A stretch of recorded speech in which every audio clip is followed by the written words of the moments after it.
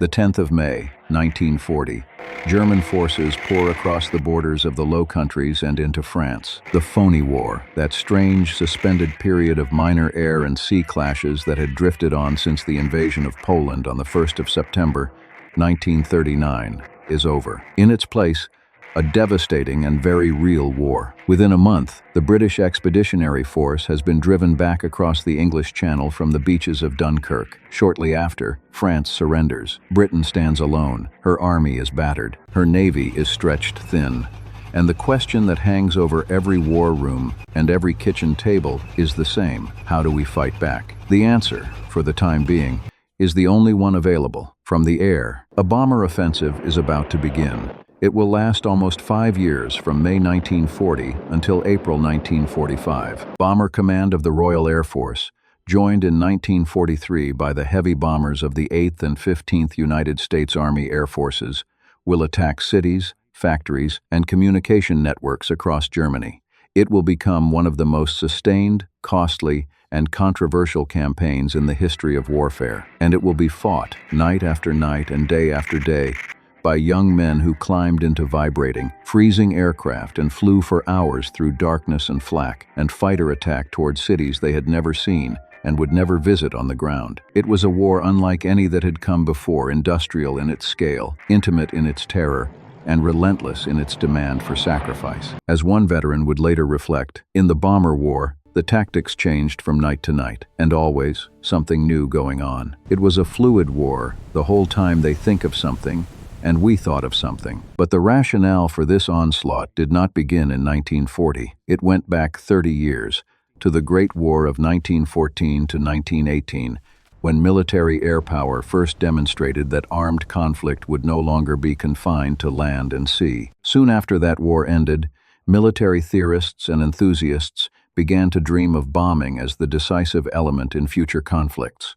Victory, they argued, would be achieved by strategic bombing. The most extreme advocates went further still. Air power alone could win a war, they said, a preemptive strike that would render armies and navies irrelevant. They called it the knockout blow. In the early years of the First World War, aircraft could only bomb the battlefield. That was known as tactical bombing. But gradually, as bomb loads grew heavier and ranges extended, aircraft could reach beyond the front lines. That was called strategic bombing, and it evolved into a twin policy, hitting industrial targets and undermining the morale of the civilian population. The aim was to destroy an enemy's capacity to wage war and the will of its people to support it. In Britain, strategic bombing became central to a critical debate about the future of air power. On the 1st of April, 1918, the independent Royal Air Force had been formed from the Royal Flying Corps and the Royal Naval Air Service. The ability of bombers to make an entirely separate contribution to warfare became the cornerstone of RAF doctrine. Sir Hugh Trenchard, the chief of the Air Staff, argued forcefully that the moral effect of bombing outweighed its physical effects by 20 to 1. There can be no doubt, he insisted, that we must be prepared for long-distance aerial operations against an enemy's main base of supply. He persuaded influential politicians that he was right, and the independent RAF, which some had wanted disbanded, survived. Trenchard also convinced ministers that bombers could keep order in rebellious territories like Iraq and the northwest frontier of India at far less cost than the army. The tactic of imperial policing, as it became known, further enhanced the reputation of RAF bombers and persuaded theorists and staff officers that they really could achieve decisive results. By 1923, the RAF held that, to defend the United Kingdom, 2/3 of its aircraft should be bombers, able to harass an enemy's homeland. Given all of this, a statement made in 1932 by the cabinet minister Stanley Baldwin hardly seemed far-fetched. The bomber, Baldwin declared, will always get through. No defense against the modern aircraft with its longer range, its large bomb-carrying capacity, its defensive gunners, its greater accuracy of navigation and improved bombing techniques seemed possible. Baldwin's words entered the public consciousness and stayed there. They shaped not only military planning but the fears of ordinary citizens. In the years that followed, the assumption that the bomber would always get through became an article of faith, one that would underpin every major decision about British air strategy for the next decade. It was a prophecy that carried within it both a promise and a warning. Of course, this also applied to Britain, and there were those who saw the danger ahead. Winston Churchill warned of the most frightful scenes of ruin and slaughter that would befall Britain as a result of massive air raids at the outbreak of war. By 1937, war with Hitler's Germany was becoming increasingly likely. While the diplomatic wrangling continued, the RAF prepared for the worst by drawing up the Western air plans. These were based not only on the assumption that the bomber would always get through, but that it would accurately locate and attack its designated target. A further presumption was that this could be achieved in daylight, by bombers flying in formation to provide mutual protection with their massed guns against enemy fighters. The air staff laid out a series of plans to attack 15 groups of targets, known collectively as the Western Air Plans. One of those plans,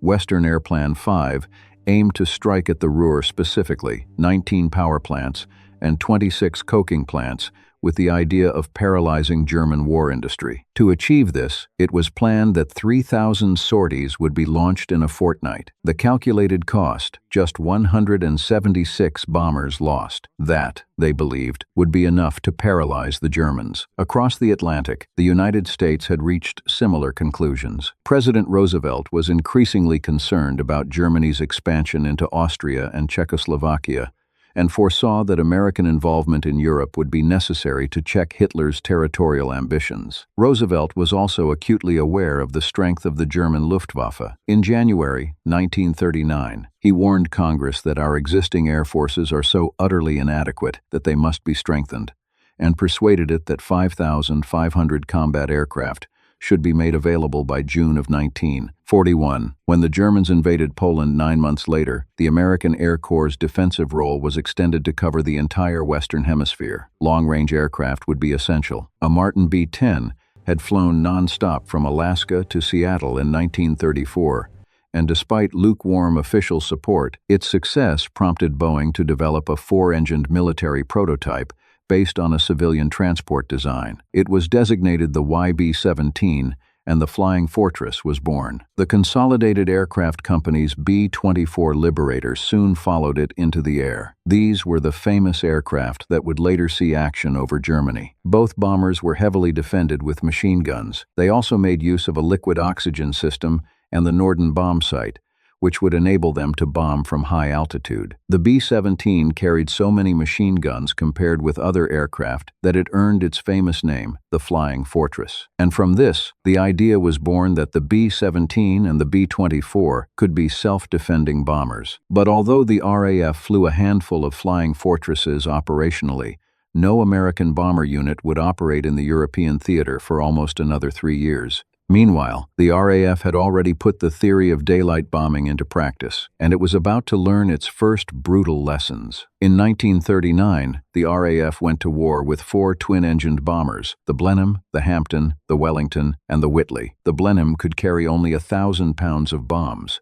The Whitley could carry 7,000, but the drawback was the same for all of them. They were not heavily defended with machine guns, and they flew at roughly 250 miles an hour, making them desperately vulnerable to German fighters. Any notion that they could act as self-defending bombers was about to be destroyed. The British soon learned that their bombers were easy prey for the 350-mile-an-hour Messerschmitt Bf 109. The concept of daylight precision bombing, even in tight defensive formation, was distinctly flawed. Losses were simply unsustainable. On the 4th of September, 5 Blenheims went down. On the 18th of December, 1939, 12 out of 22 Wellingtons failed to return from attacks on enemy shipping. Another painful lesson came in May of 1940, when formations of battles and Blenheims suffered grievous losses and, in some cases, total annihilation over France. There was little hope of improvement. During the Funny War, Whitley bombers had ranged freely at night over Germany, dropping leaflets. The ease of those flights encouraged the RAF to lower, in a surprising degree, their opinion of the opposition they expected to meet. But now, shaken by the scale of carnage among the daylight bombers, the British opted for night bombing. Once the air campaign began in earnest on the 15th of May, 1940, 99 bombers attacked oil and transport targets in the Ruhr, signaling the beginning of the strategic bombing offensive against Germany. Night bombing proved less costly in aircraft and men, but it was worryingly inaccurate. Photographic reconnaissance showed that 2 night raids in December of 1940,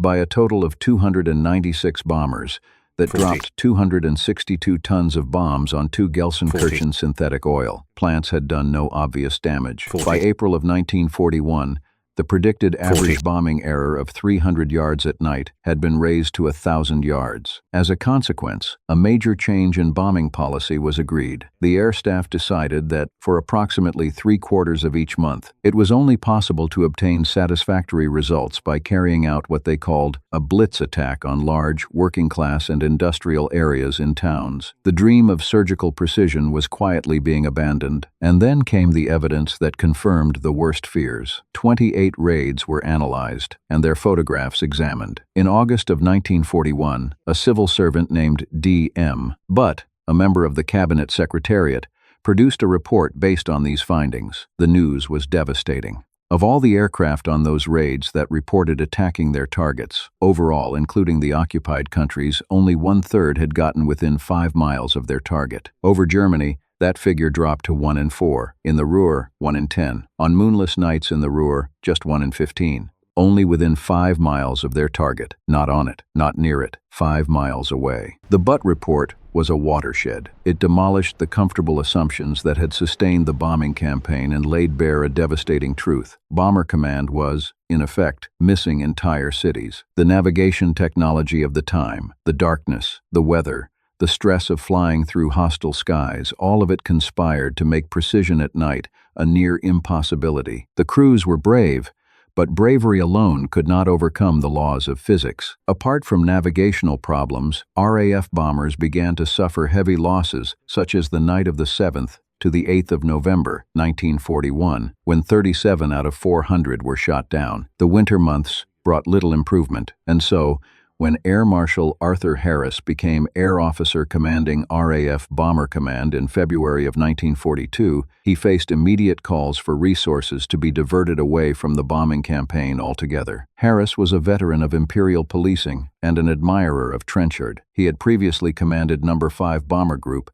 and served as Deputy Chief of the Air Staff. In his new post, he vigorously supported a strong bombing campaign against Germany and resisted any attempt to reduce the resources at his disposal. Air Ministry orders to carry out area bombing, the euphemism for the bombing of built-up areas, predated his appointment. But professionally and personally, Harris fully supported the policy and pressed relentlessly for more heavy bombers to carry it out. Harris was helped by the fact that the 4-engine bombers, planned back in 1936 when war was seen as inevitable, were now at last coming into service. The first to arrive, in February of 1941, was the Sterling, with a bomb capacity of 14,000 pounds. It was followed just a month later by the Halifax, which could carry 13,000 pounds. But it was not until a full year after that, in March of 1942, that the third of the heavy bombers appeared, and it turned out to be the most successful of them all. The Lancaster entered operation with the capacity to carry 22,000 pounds of bombs. These new heavies had 2 or 3 times the load capacity of the twin-engine bombers that Bomber Command had gone to war with. With these new aircraft,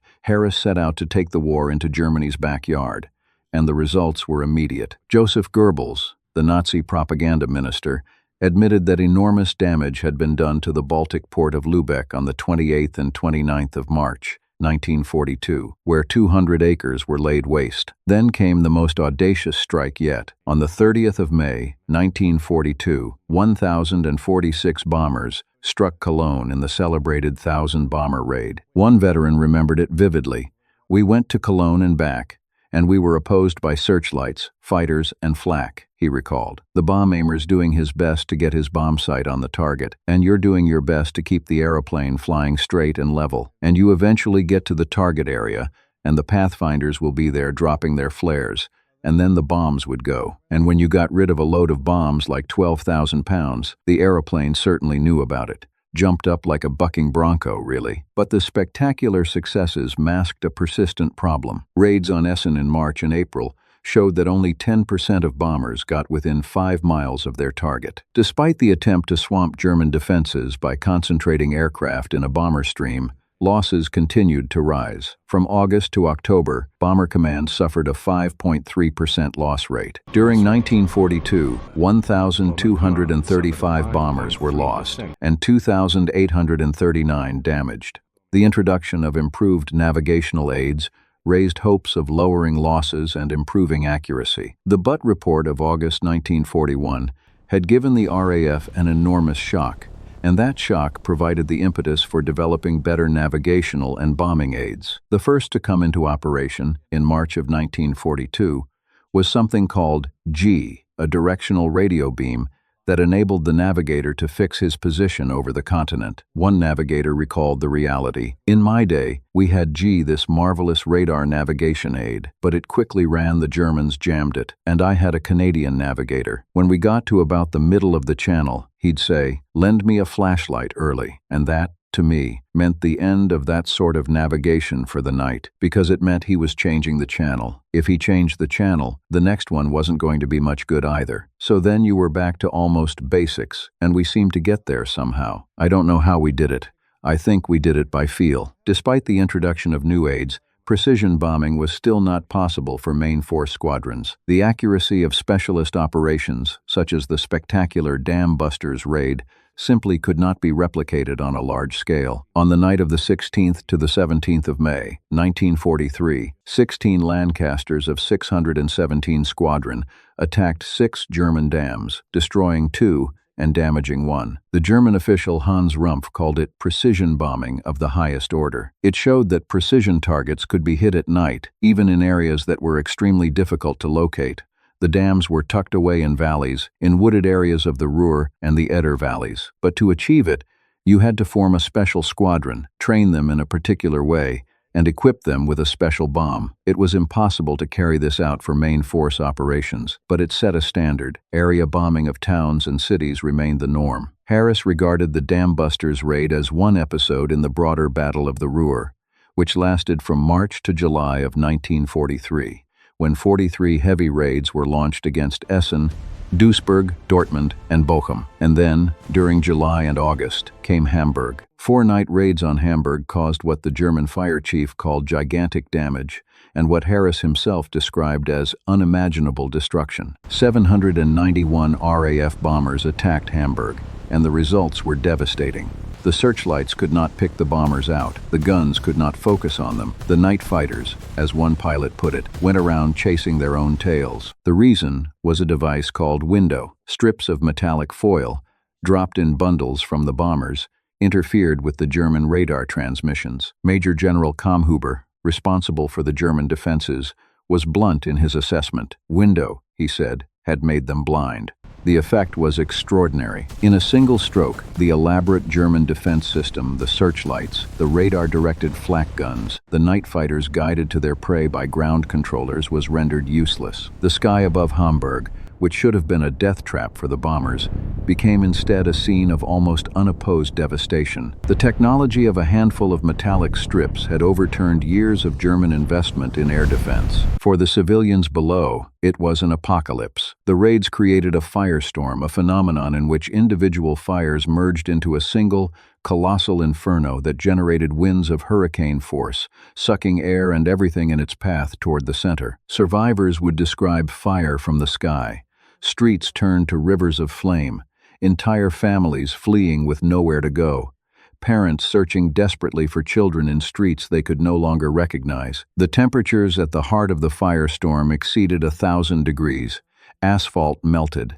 People were incinerated where they stood. Those who had sought shelter in cellars suffocated as the firestorm consumed every molecule of oxygen above them. Operations like Hamburg illustrated that area bombing was still the only real option for RAF Bomber Command. At the end of 1943, the Chief of the Air Staff, Sir Charles Portal, reflected ruefully that if it had been tactically possible to concentrate a quarter of Bomber Command's total bombs dropped on Germany on a distinct group of targets associated with oil, ball bearings, or aero engines, The war would, by then, have been won, but the losses were not diminishing. In the period from November 1943 to March 1944, during 35 night raids, RAF Bomber Command lost 1,047 bombers. Each carried 7 men. A further 1,682 were damaged. On each of the 16 visits to Berlin, an average of 29 bombers were lost. And then came Nuremberg. On the 30th of March, 1944, 795 bombers were dispatched. 95 aircraft, carrying 655 men, were lost. 71 more were damaged. These frightening figures were a brutal reminder that neither Germany nor the Luftwaffe were yet beaten. Nuremberg was the worst night of the entire bomber war. In a matter of hours, more men were killed than in many ground battles that lasted weeks. The losses fell disproportionately on individual squadrons. Some lost a quarter or even a third of their aircraft in that single night. For those who survived and returned to their airfields in the gray English dawn, the empty dispersal points where aircraft should have been parked told their own story. One veteran captured the constant terror. You had to be on the alert almost from the time you left the English coast. You'd see people shot down before they'd even got to the Dutch coast. And then you'd get through that lot. And then the searchlights and the flak. And the fighters were the main problem, really. If you've got a fighter up your backside when you're on the bombing run, no way are you going to just fly straight and level. And sometimes Frankfurt, it was like Piccadilly Circus up there. You'd see Lancasters, Halifaxes, 109s, everything going hither and thither. That image of a crowded, chaotic sky lit by fire and tracer and exploding aircraft, where collision was as real a threat as combat, was one that haunted many veterans for the rest of their lives. The bomber stream, designed to concentrate aircraft for safety, also concentrated the danger. Hundreds of aircraft, each carrying thousands of pounds of high explosives and incendiaries, flew within yards of one another through a sky filled with shrapnel and burning debris. It was as close to a vision of hell as most of those young men would ever come. While the RAF fought its night war, the United States Army Air Force entered the conflict wedded to its own doctrine: precision bombing in daylight, by self-defending bombers, from a minimum altitude of 24,000 feet. They had been encouraged by excellent results in practice, results that led to confident claims that American crews could place bombs in a pickle barrel. In June of 1942, the 8th Army Air Force began to congregate in England. They arrived equipped with 2 heavy bombers. The B-17E, the Flying Fortress, carried 13.50 caliber machine guns with a range of 1,000 yards and a bomb capacity of 5,000 pounds, crewed by 10 men. The other was the B-24D, the Liberator, also with a crew of 10. It carried 10 machine guns, 4 of them in power-operated turrets, and could haul 8,000 pounds of bombs. Both aircraft theoretically had a top speed of 300 miles per hour, but in action, they flew at about 180. The first B-17S did not reach the 8th Army Air Force in England until July of 1942, and the numbers built up slowly. By the close of that year, 200 B-17S and 100 B-24S had crossed the Atlantic. Unlike RAF personnel, whose night operations meant evening briefings, the Americans rose in the chill of a misty dawn to prepare for a morning takeoff. There was a ritual to it that became grimly familiar: the wake-up call in the darkness, the mess hall breakfast that many could not eat, the briefing room where a curtain was pulled back to reveal the day's target, and the long red ribbon stretching deep into Germany. The length of that ribbon told you everything you needed to know about your chances of coming home. The first 6 months of action found the American crews gaining experience over the occupied countries of Western Europe, relatively short missions that allowed them to test their tactics and their nerve before the real ordeal began. That changed in January of 1943. An Anglo-American conference at Casablanca agreed on the launching of a coordinated combined bomber offensive. Lieutenant General Ira C. Eaker, the 8th's commanding general, resisted British attempts to switch his force to night bombing. He drew up the Eaker plan for his bombers to attack 76 specific targets connected with industries vital to the German armed forces. It was agreed that the Americans would bomb selected targets in Germany by day, but during February of 1943, they were able to mount only 2 operations blocked either by adverse weather or a lack of serviceable aircraft. And like the RAF before them, the Americans soon learned that the self-defending bomber was little more than a pipe dream. Operating from England, protective fighter escorts had only enough fuel to reach the German border before they had to turn back. They would meet the bombers in the same area to guide them home, but by then, many had already perished. On the 17th of April, 115 aircraft attacked Bremen. 16 were shot down and 44 damaged. 22 out of 60 were lost against Kiel in June, and 6 missions flown during Blitz Week in July cost over 100 aircraft. By the close of July 1943, 8th Bomber Command had only 275 operational 4-engined bombers left. Colonel Curtis LeMay, commander of the 305th Bombardment Group, developed a complicated defensive formation in an effort to reduce losses. LeMay's idea was based upon the element of 3. Each squadron had 4 elements of 3 aircraft, each flying in an arrowhead, the lead aircraft with one just behind and to the right, and another just below and to the left. He built that up into a squadron, then into a group box. That was known as the combat box of a bombardment group, all based upon the principle of an arrowhead, one high, one low, spread over 3,000 feet. The idea was that it would provide mutual defense for all 3 bombardment groups in a big wing combat box. But the Germans attacked these combat boxes with a bewildering range of tactics, boosted by the fact that their fighters could refuel quickly and return to the fray. They used an airborne controller who stayed out of range and directed the attacks. The assaults were carried out by single-engine fighters in pairs, singly, or even in squadron formation from the front and from the flanks. Occasionally, they came from above, diving out of the sun or the cloud, or from underneath in what was called a belly-up attack. And to add to the chaos, the Germans placed Junkers 87 Stukas or Junkers 88/ above the bomber stream, dropping fragmentation bombs or parachute bombs onto the formations below. To complete the onslaught, twin-engined fighter bombers like the Messerschmitt 110 lobbed rockets from out of range in the rear. It was a great battle, every single time the Americans went to war over Germany. The scale of the losses was staggering. On the 17th of August, 1943, in a combined mission against Regensburg and Schweinfurt, 60 bombers and 600 men went down. One gunner from the Schweinfurt mission later recalled, "We thought we were as hard as nails. After all, we were a combat crew. But right then, we felt like 90-year-old men." In the wake of these disasters, the 8th Army Air Force could not mount a single mission. The British renewed their pressure for a switch to night bombing, but the time needed to retrain the entire system, perhaps as long as 2 years, meant the option was ruled out. The bloodletting continued. On the 6th of September, 45 B-17s were lost in a mission to Stuttgart. Between the 8th and 10th of October, a further 88 bombers went down, and on the 14th of October,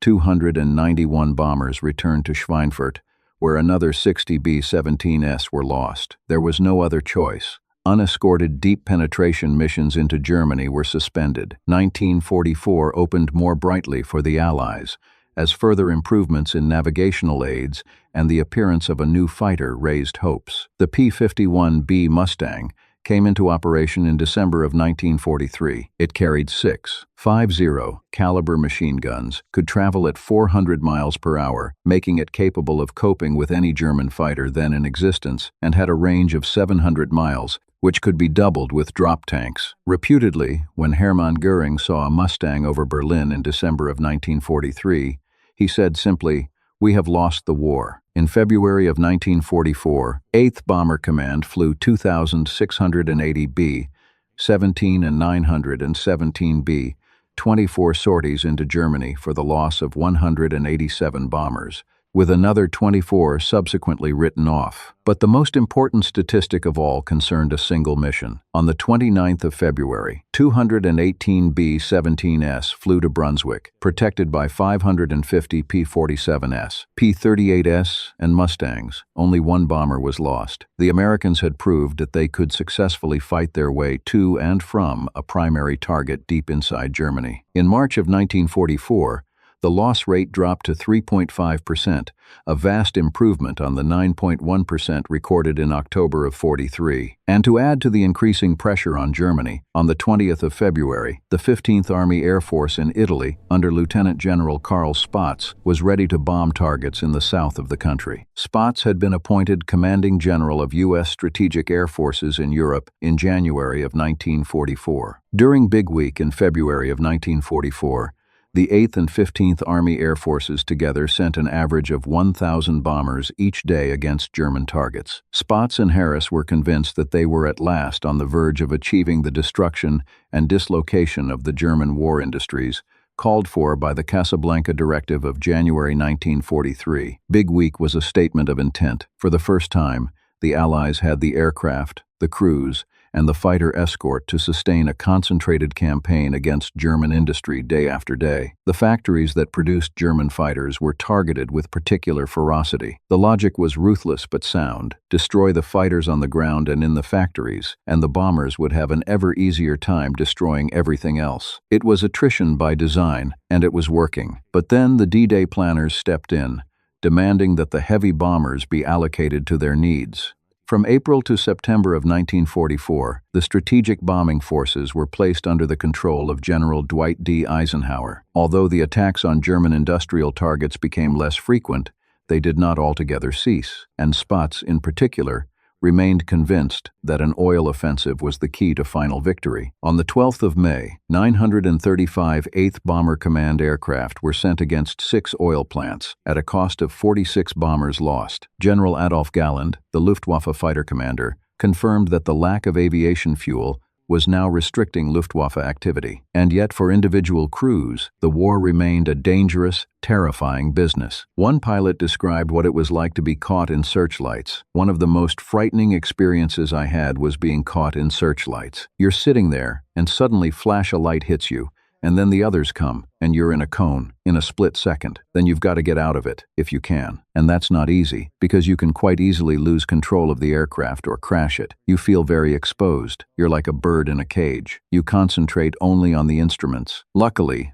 I got out and lived to tell the tale. A lot of people didn't. It was the establishment of Allied air bases on the continent, once the Normandy bridgehead had been consolidated, that allowed bombers to operate with massive fighter support. The German defenses suffered heavily, making life somewhat easier for both the day and night bomber crews. A British loss rate of 11% in June dropped to 3.7% in August. The difference was felt immediately by the men who flew. For over a year, every mission into Germany had been a gauntlet. Now, with fighters swarming around them in numbers the Luftwaffe could no longer match, the bomber crews began to feel something that had been dangerous to feel before, a sense that they might actually survive the war. The balance of power in the skies over Europe had shifted decisively. The tonnage figures tell the story. During July and August of 1944, RAF Bomber Command dropped 120,000 tons of bombs on German targets, compared with 37,000 tons in the same months a year earlier. The 8th Bomber Command dropped 85,000 tons during the same period. But there were still disagreements over bombing tactics. Spaatz continued to favor attacks on oil plants. Air Chief Marshal Sir Arthur Tedder,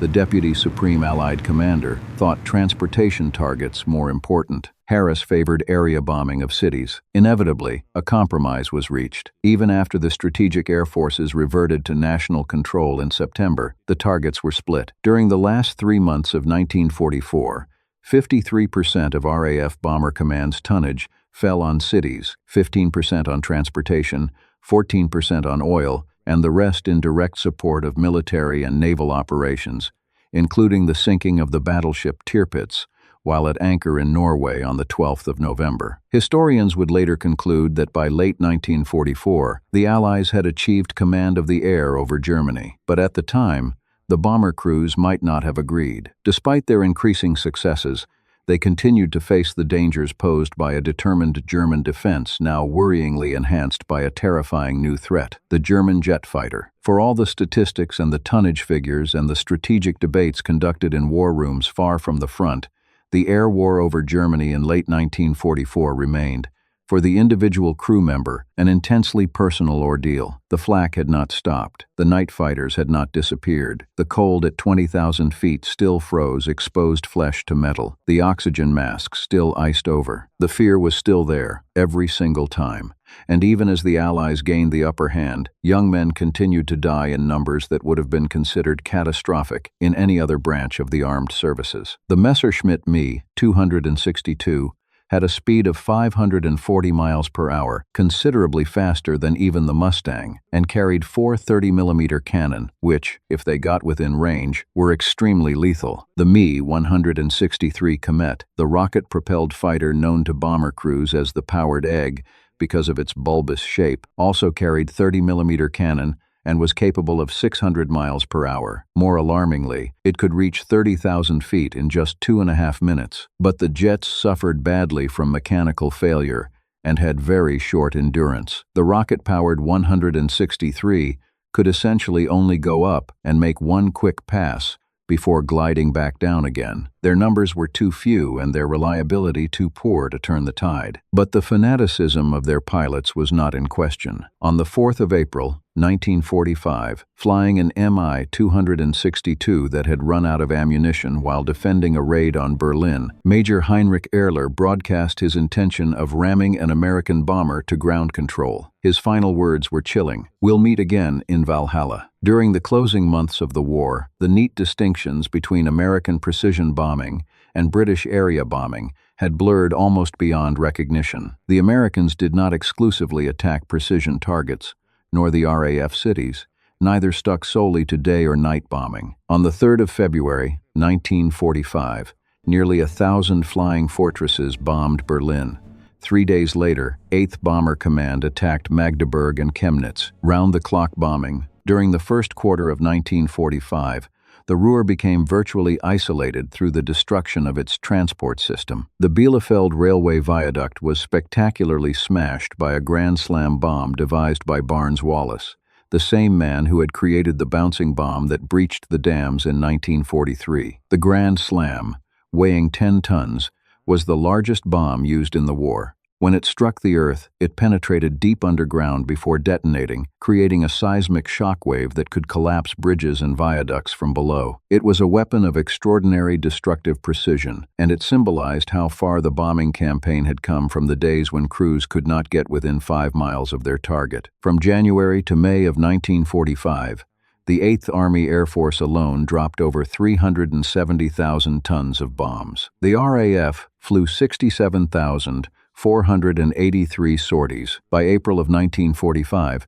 Germany's main transport networks, oil production facilities, and urban centers had all been severely damaged. Her ability to wage war was, at last, fatally undermined. But the cost of the air offensive had been staggering. RAF Bomber Command lost 55,573 aircrew during the Second World War.